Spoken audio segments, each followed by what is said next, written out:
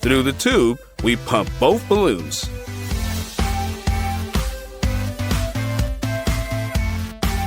One bigger than the other. Fix the dispensers in the non-venting position. Now, let's combine the balls into one by connecting the tube. Let's open the way for the air and see what happens. The bigger balloon takes the air out of the smaller one. Admit it, you're surprised too. When repeating the experiment, the result is the same. The bigger ball will always only grow, and the smaller one will always deflate. Now, we need a fresh orange peel, from which citrus oils can still be squeezed out. Let's sprinkle these oils on a well-inflated balloon and see what happens. The balloon burst. Wow! Let's take a needle and let's pierce the first balloon. And now the second one.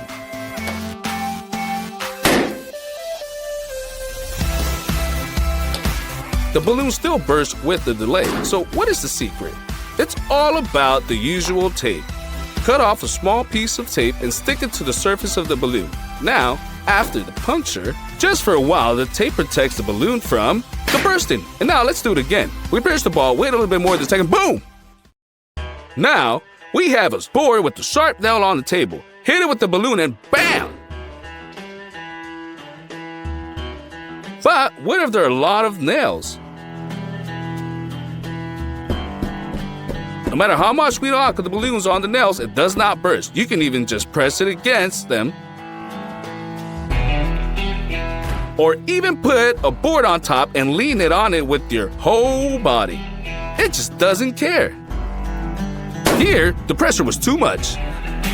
Let's take the neck of a bottle and glue it to the CD with a glue gun.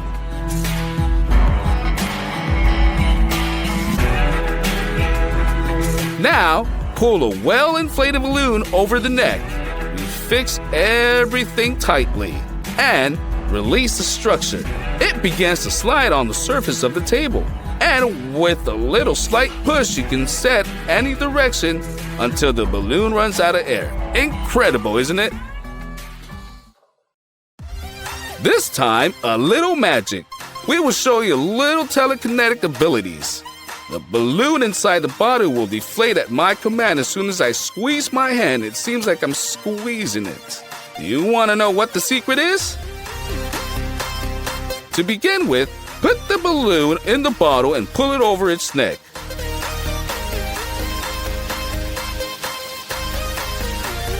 Now, let's make a small hole in the bottom. Inflate the balloon, covering the hole with your finger. And once you release the hole, the ball will immediately begin to deflate. What a trick! And here's another trick for you. Watch out for that air bubble. I'm gonna grab it, and now put it back in place with a little light movement. Not impressed? What if I eat it? Even after that, I can put it back.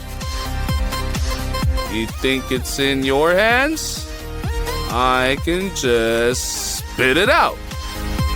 Well, now I'll show you what the secret is. Take the long balloon and stretch it well in two places. Now let's add some air. Spin the ball. Now, if we click on this air bubble, it will immediately move to the middle, and then back again. That's the whole secret.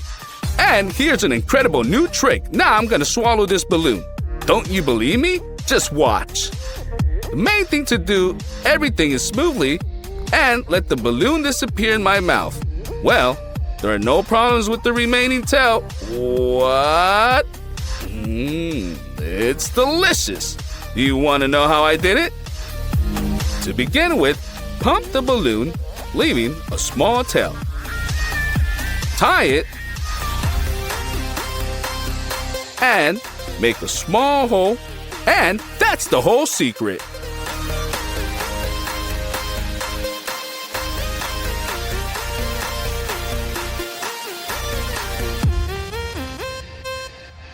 If it seems to you that the air does not weigh anything, the balloon will help me demonstrate the opposite.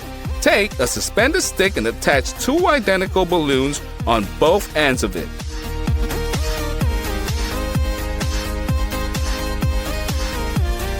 Loosen the fastening one of them as the air gradually leaves it. Now, you can observe how our improvised scales are gradually leaning towards a more inflated balloon, which means that the air still weighs something. For the next experiment, we will need a dry pipe cleaner, water, and aluminum. We're conducting this experiment outdoors to avoid inhaling dangerous fumes. We put a balloon on the neck of the flask, and with the beginning of the chemical reaction, it will quickly begin to fill with gas. Let's tie the balloon, which is lighter than air.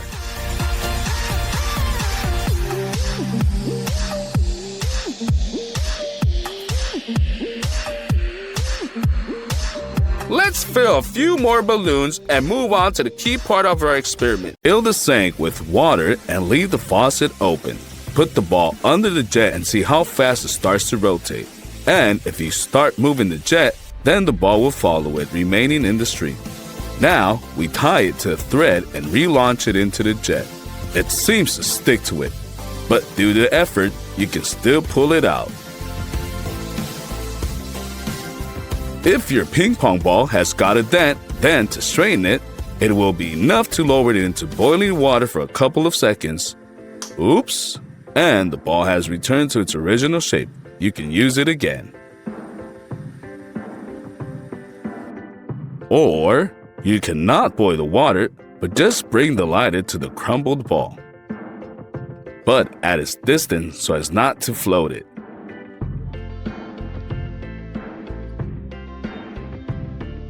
In a matter of seconds, both the original shape and the former jumping ability return to him. He looks like a brand new one. Turn on the hairdryer at maximum power and place the ball in the airflow. It begins to float in the air, moving up and down. It stays even in the flow even if you tilt the hairdryer. Add a second ball, and now they are both floating. We will substitute a bushing over them and they abruptly fly through it. Let's see again. And here's the maximum angle at which a ball will still stay in the steam.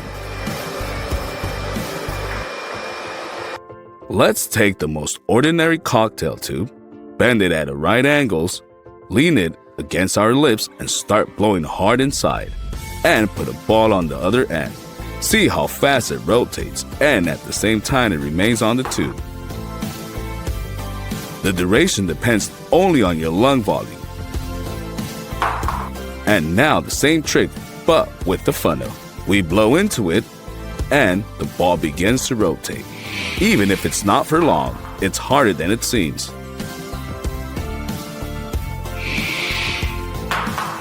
But why torture yourself if you can just attach a funnel over a hairdryer?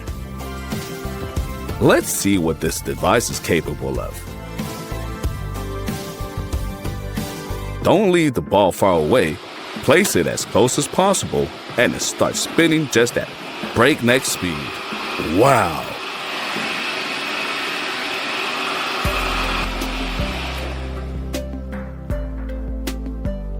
Let's look at how high the ball usually bounces if you don't give it acceleration. Decent, but surely you can do more. Of course you can. Let's take a glass of ordinary water. There shouldn't be a lot of it, just enough to put the ball in the center and stay afloat.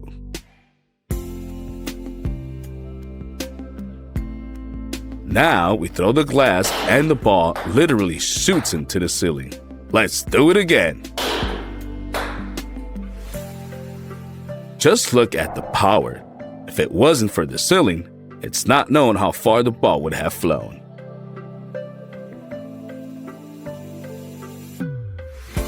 Have you ever set fire to a ping pong ball? Let's compare its Gorenge process with Gorenge paper. Wow! This is a powerful flame. It even makes him move.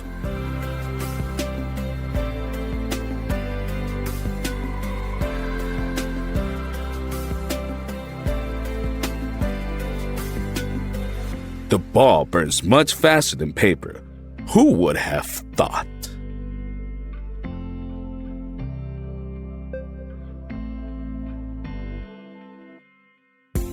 Now, we will take the ball and use scissors to cut it into small pieces.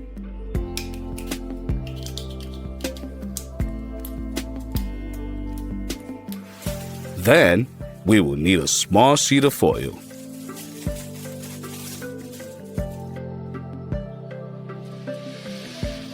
We put the pieces of the former ball inside the sheet and wrap it exactly like a candy wrap.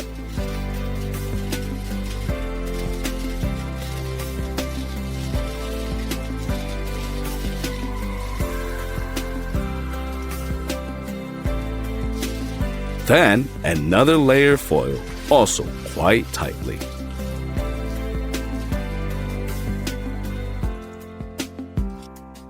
Let's put our candy in an empty aquarium. Bring the fire and start gradually heating the foil until suddenly smoke appears. Take your hands off and look! There's a release of flame as if from a flamethrower.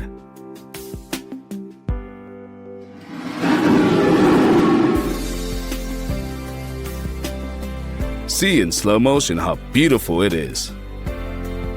But do not try this at home. Yeah, it's like there's a real fire-breathing dragon in the aquarium.